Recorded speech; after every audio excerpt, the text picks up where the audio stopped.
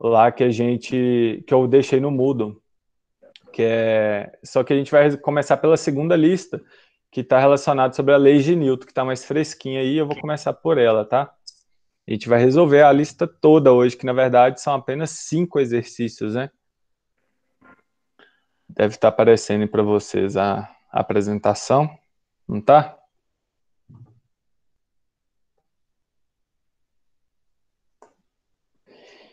Bem, pessoal, a gente vai começar a resolver, né, alguns exercícios para a gente praticar aí o que a gente viu de teoria, né? Acho que todo mundo gostou mais da matéria das leis de Newton, né? E aí a gente tem o primeiro exercício aí que fala o seguinte: considere a força de A igual a 3 newtons e uma força B igual a 4 newtons e determine a intensidade da força resultante nos seguintes casos. Então ele deu aí para a gente a intensidade de duas forças aí e propôs algumas situações, né? Então aqui a gente tem a força de A e B tem direção horizontal e sentidos opostos. Então, uma forma da gente ilustrar isso é, por exemplo, o seguinte: eu tenho um carro que está movimentando, né, nesse sentido aqui, né, da esquerda para a direita, né? Então, a gente tem duas forças. Uma força de A, representada por essa seta azul aqui, porque a direção é horizontal e os sentidos dessas forças atuando sobre esse carro são opostos. Então, eu vou ter uma força de A puxando ele da direita para a esquerda e uma força de B que está puxando ele da esquerda para a direita, tá? As duas estão na direção horizontal, sentidos opostos. E a gente sabe que a força de B ela é maior que a força de A. Então, por isso a minha setinha verde aqui, ela é maior um pouquinho do que a azul. E ele pede, então, para calcular a força resultante, né? Como que a gente aprendeu na nossa última aula como calcular a força resultante. Considerando os sentidos, aqui F de A e F de B, eu digitei errado, tá? Que é B, pessoal, opostos. A gente tem o seguinte: a força resultante vai ser a soma, né? A gente viu que a força resultante é dada pela soma das forças que estão atuando no nosso corpo aí, que nesse exemplo eu coloquei um carro. Então, como que a gente vê? Essa aqui é a soma vetorial, né? Só que aqui a gente vai calcular a intensidade, né? Ele está pedindo aqui a intensidade da força resultante. Então, olha só, como que vai ser essa força resultante aqui? Vocês concordam comigo que a gente tem forças nos sentidos opostos, e quando é assim, a gente subtrai essas forças, né? Eu pego essa força aqui, B, que ela é maior, e subtrai da força menor, que é essa F de A aqui. E com isso é só a gente substituir os valores, né? Força de B é 4 menos 3, que é a força de A, que é igual a 1 newton. Então a força resultante aí vai ser igual a 1 newton, né? Ou seja, esse carro ele vai deslocar da esquerda para a direita devido a uma força aí de 1 newton, tá certo? Quem tiver dúvida, pessoal, vai falando comigo. Eu vou pedir Rita, por exemplo, para se alguém mandar alguma mensagem, me dar um toque aqui, porque quando eu apresento eu não consigo ver o chat. Fazendo favor, tá bem? Sim, senhor. Então tá bom. Alguma dúvida? Tá tranquilo, né? Tranquilo.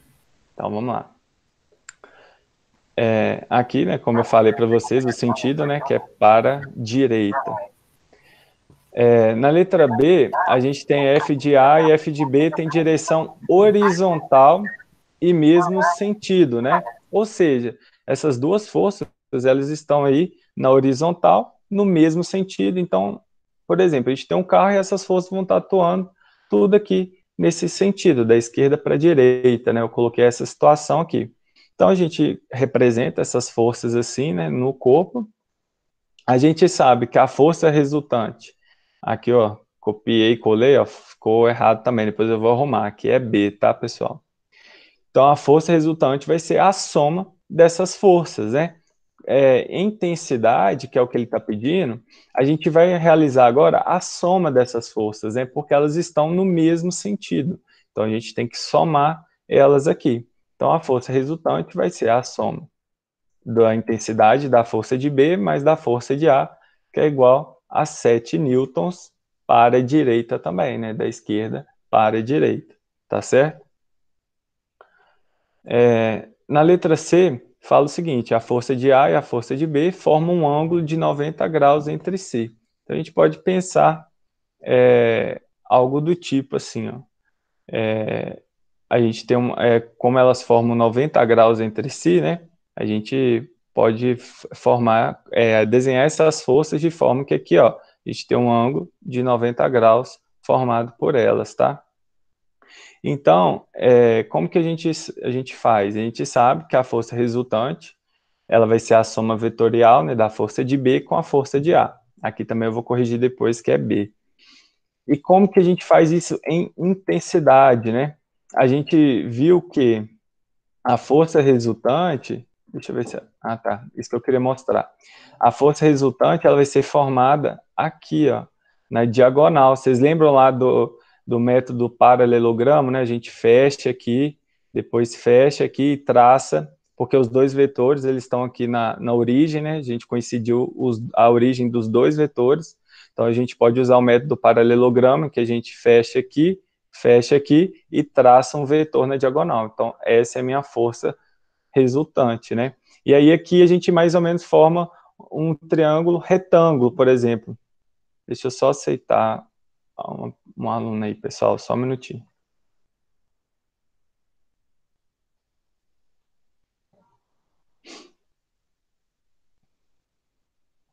Vou voltar aqui. Então, aqui a gente tem um triângulo retângulo, né, que a gente pode deslocar esse vetor de forma que ele fique paralelo aqui, ó.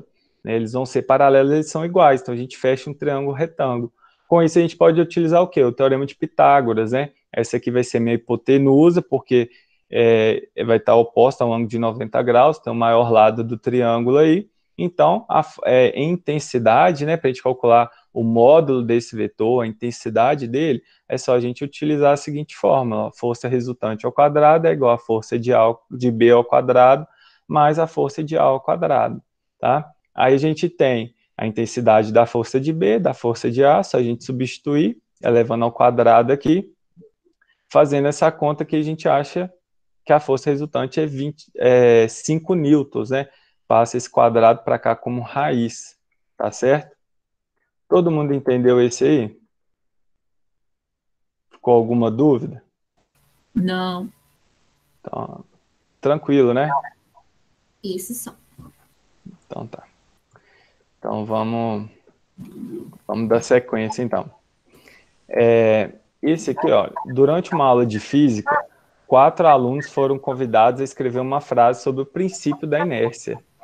Qual delas é coerente com a proposta? Justifique as respostas incorretas e a correta. Então, olha só, a gente tem a primeira situação aqui, que ele fala o seguinte, o aluno A: se nenhuma força age sobre um corpo, ele obrigatoriamente está em repouso. Isso aí, pessoal, está incorreto, né? Porque quando não há forças agindo sobre o corpo, ele pode estar em repouso ou então em movimento retilíneo uniforme.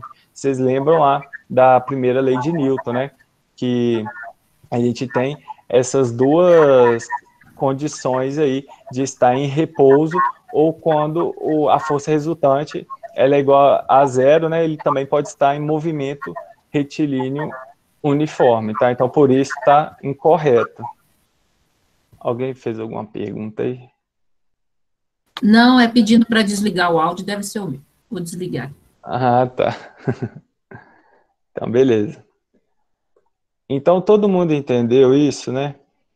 É só lembrar lá da primeira lei de Newton, que é da teoria, né? Que a gente sabe que é incorreto, né? Que quando não há forças agindo sobre o corpo, ele pode estar em repouso ou em movimento retilíneo uniforme, tá?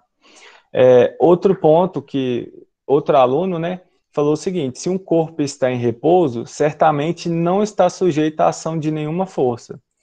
Isso também está incorreto, porque um corpo, ele repousa, ele pode sofrer a ação de forças, desde que a resultante seja nula, que aí é a condição de equilíbrio estático. Então, a gente não pode afirmar isso, né?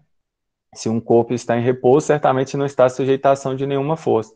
Por exemplo, se a gente tem um bloco, se alguém faz uma força puxando o bloco da esquerda para a direita, e a outra pessoa, por exemplo, uma força de 5 newtons, e a outra pessoa puxa esse bloco da direita para a esquerda também com 5 newtons, ele vai estar em equilíbrio estático, né? Ou seja, mas eu tenho a ação de força sobre ele. Então, eu não posso afirmar que ele não está sujeito a nenhuma ação de força, tá? Outra consideração do aluno C é que se um corpo está em movimento, ele obrigatoriamente está sujeito à ação de uma força. Incorreto, né?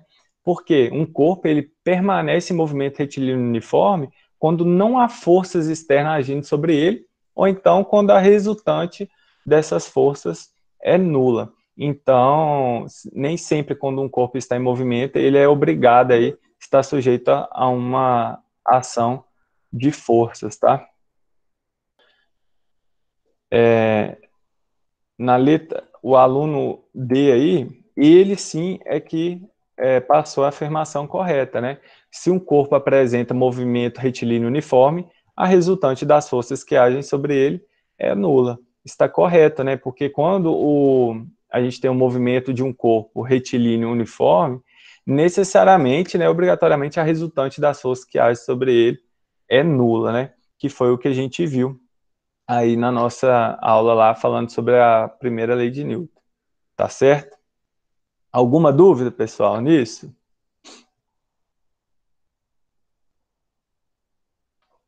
Tranquilo, né?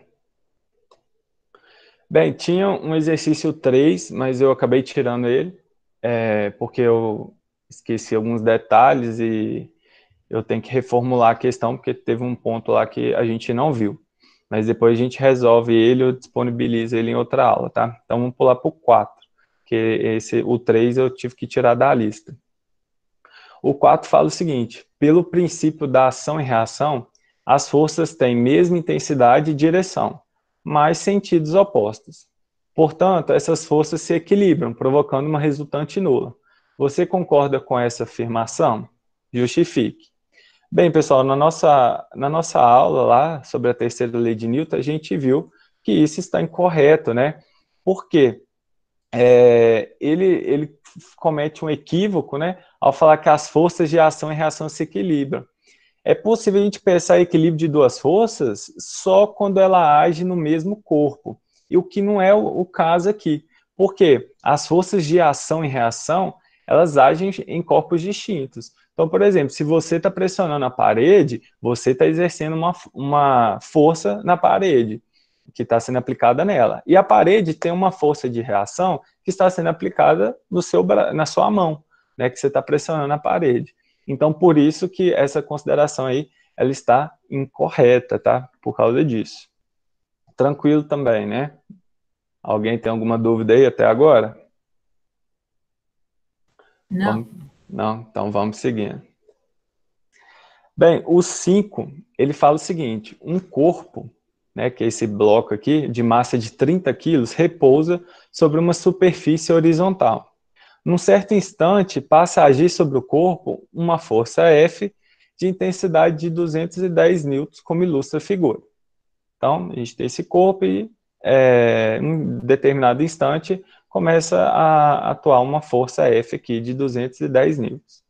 Supondo que não haja atrito entre o corpo e a superfície, e sendo de 10 metros por segundo quadrado a aceleração da gravidade local, determine.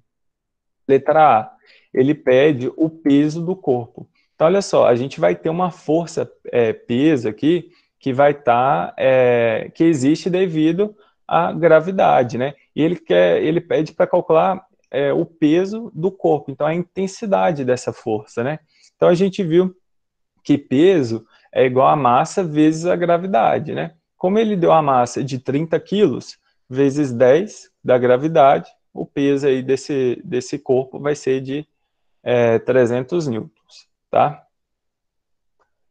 Na letra B, ele pede a aceleração que o corpo adquire. Olha só, pessoal, a gente viu lá na segunda lei de Newton que Se a gente tem uma força resultante atuando, né, vai existir, então, uma aceleração na mesma direção, né, e no mesmo sentido da força.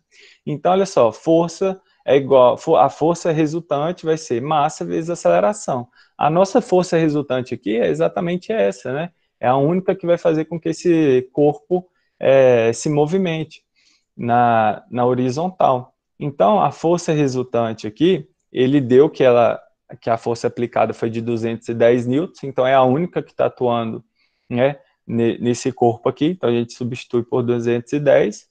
A massa, ele deu que é 30 quilos, vezes a aceleração, que é o que a gente quer descobrir. Então a gente passa o 30 dividindo para cá, a aceleração fica igual a 7 metros por segundo ao quadrado. Beleza? Alguém tem alguma dúvida até aqui? Tá tranquilo? Tranquilo. Tranquilo? Então vamos seguindo. Na letra C, ele pergunta assim, ele pede assim, a velocidade que o corpo do corpo 5 segundos após a aplicação da força. Para a gente obter a velocidade, né, como a gente viu que existe uma força atuando e tem aceleração, a gente vai utilizar as fórmulas lá do movimento uniformemente variado, né, porque a gente tem a presença de uma aceleração aí. Então a gente vai utilizar a fórmula, a equação, né, da velocidade em função do tempo. Então a velocidade vai ser igual. O que vai ser a velocidade inicial? Ele está, se esse corpo ele está em repouso inicialmente, então a velocidade inicial dele vai ser igual a zero, né? Mais a aceleração que a gente acabou de calcular, que é 7, vezes o tempo, né? Que ele perguntou aqui, né? 5 segundos após a aplicação da força. Então a gente joga o 5 aqui. Então a gente vê que está errado aqui, pessoal, a velocidade não é newtons, né? Olha só. Errei feio aqui, ó.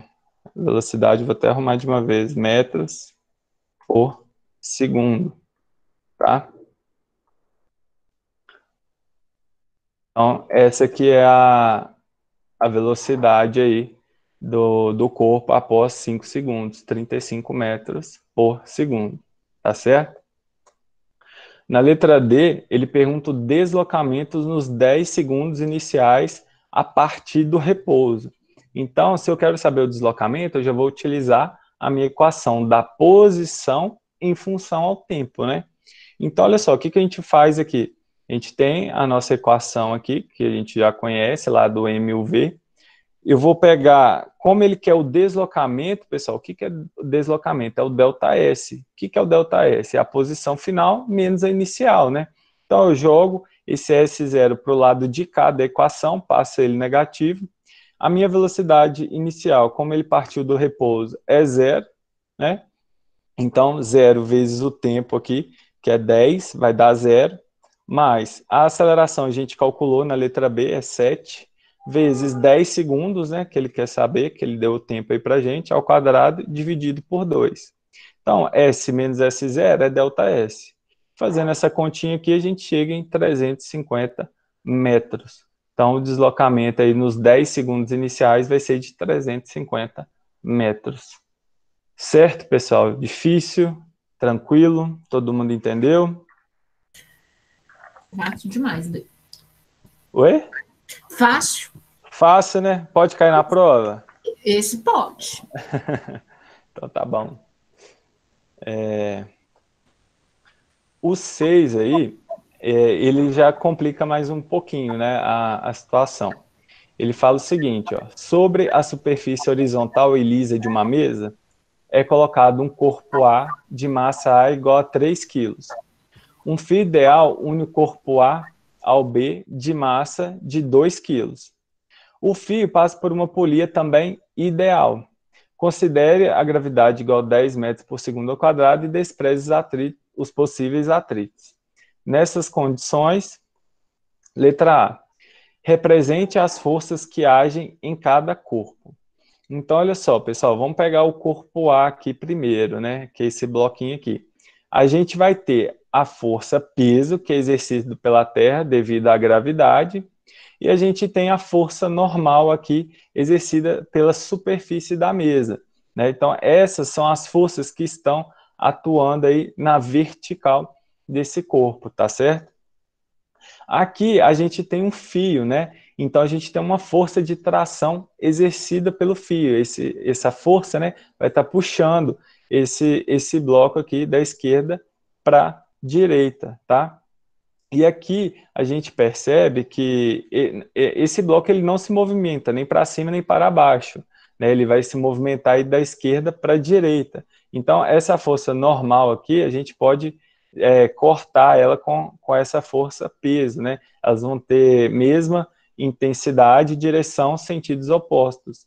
E como elas estão aplicadas no mesmo corpo, que é esse corpo A aqui, a gente pode cancelar, porque a gente não tem esse movimento aqui, né? O bloco ele não está se movimentando na vertical e sim na horizontal, tá certo? Então, por isso, a gente percebe que a gente tem uma força resultante aqui de tração, né? E como a gente tem essa força resultante, a gente tem o quê? A aceleração, que é no mesmo sentido, na mesma direção e mesmo sentido da minha força resultante. Então, esse bloco ele vai tender aí a uma aceleração da esquerda para a direita, tá?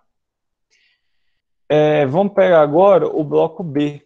Aqui o bloco B, a gente tem apenas forças atuando sobre ele na vertical, né? Então, a gente tem aqui a força de tração exercida pelo fio, né? Esse fio, ele está exercendo uma força aqui para segurar esse bloco B, e a gente tem a força peso, que é exercida pela Terra devido à gravidade, né? Como esse bloco ele vai se movimentar aqui na vertical, a gente vai ter vai ter um movimento, então a gente vai ter uma força resultante aqui que vai acarretar então em uma aceleração, né?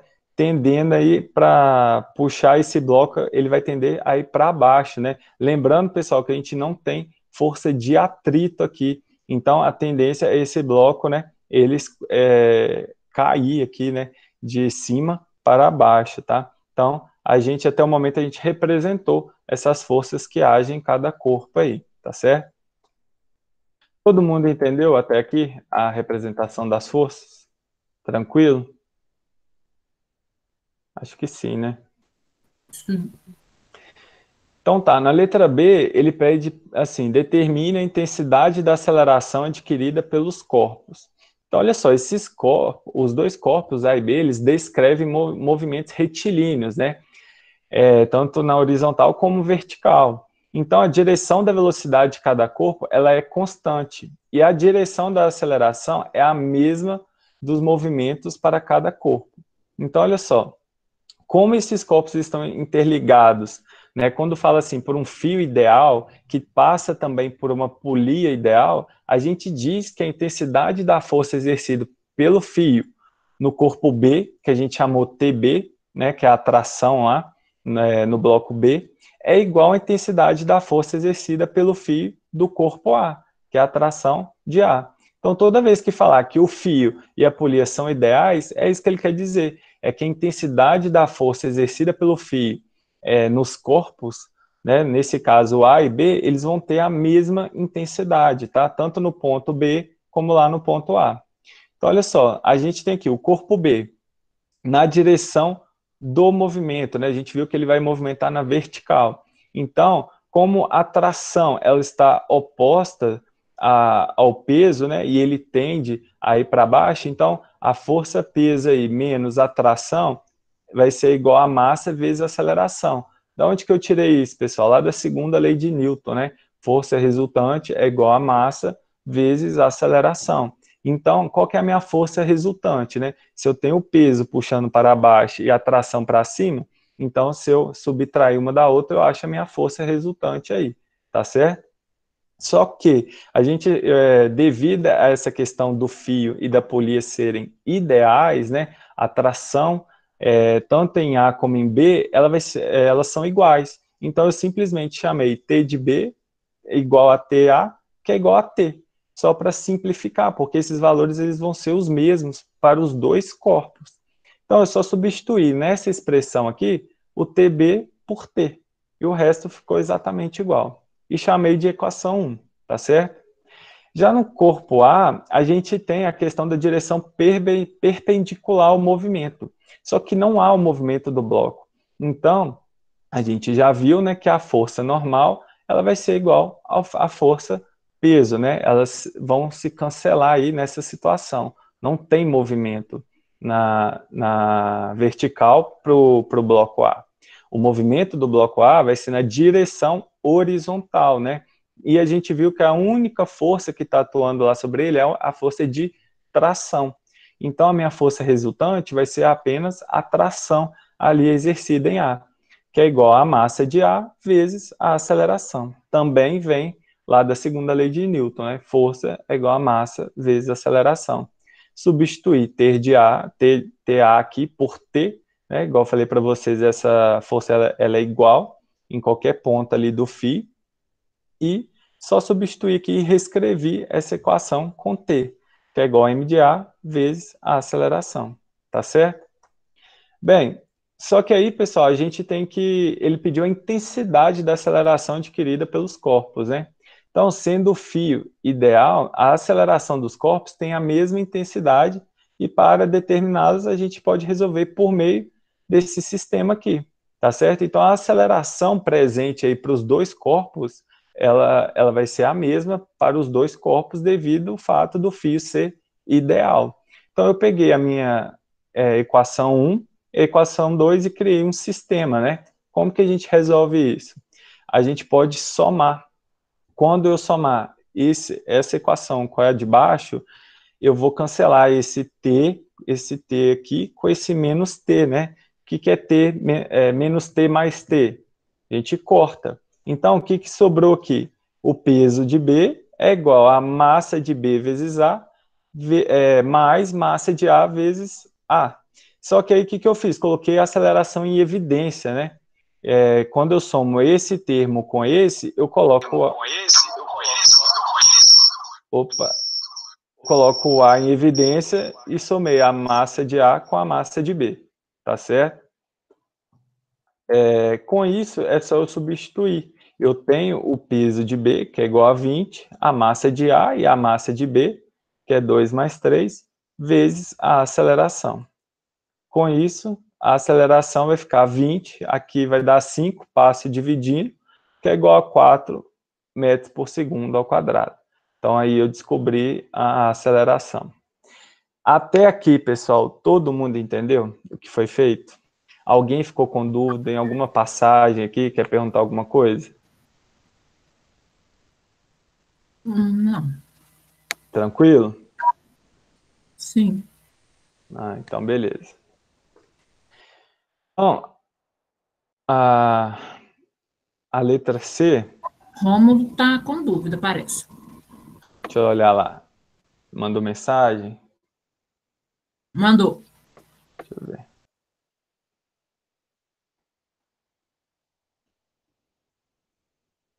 Ô, Romo, você tá tranquilo, né? Tá fazendo hora comigo aí, né, Romo?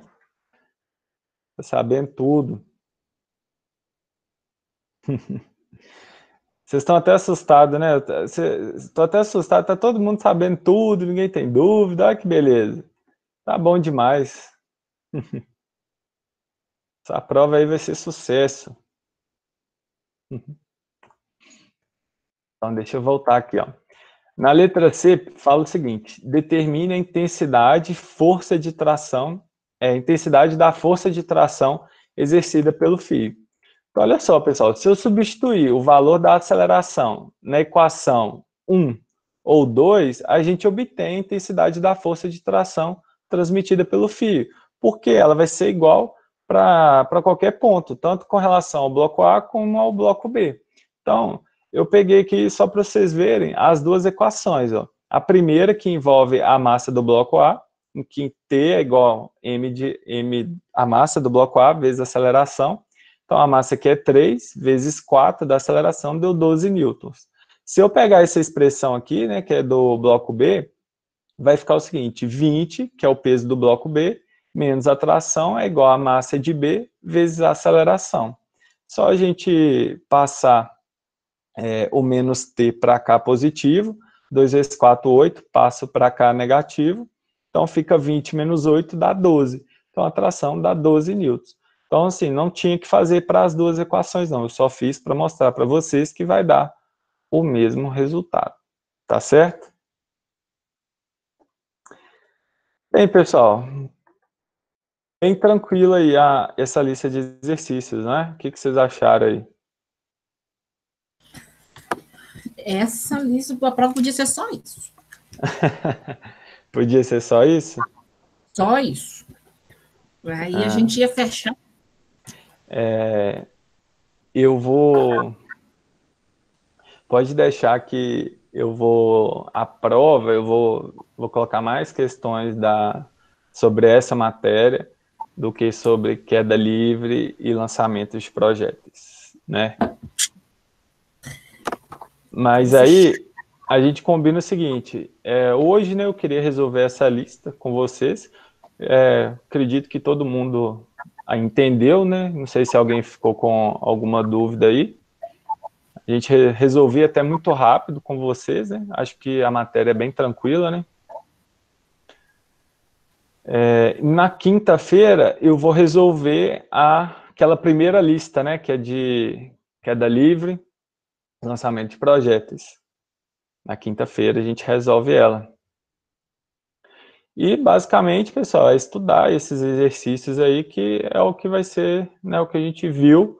Estudem os exemplos que eu passei durante as aulas, né, que eu apresentei a teoria, resolvi exercício com vocês. Estudem essas duas listas de exercícios, que aí vai ter base, né, para fazer a prova tranquilamente. Tá, ô Rafael, o horário de prova vai ser igual É até bom você tocar nesse assunto. noite e fechar no mesmo dia? Não, mudou. O que mudou na segunda etapa, né? Eu não sei, eu até já mandei, não sei se todos os alunos sabem. Antes a prova abria meia-noite, fechava 23h59 do dia da prova, né?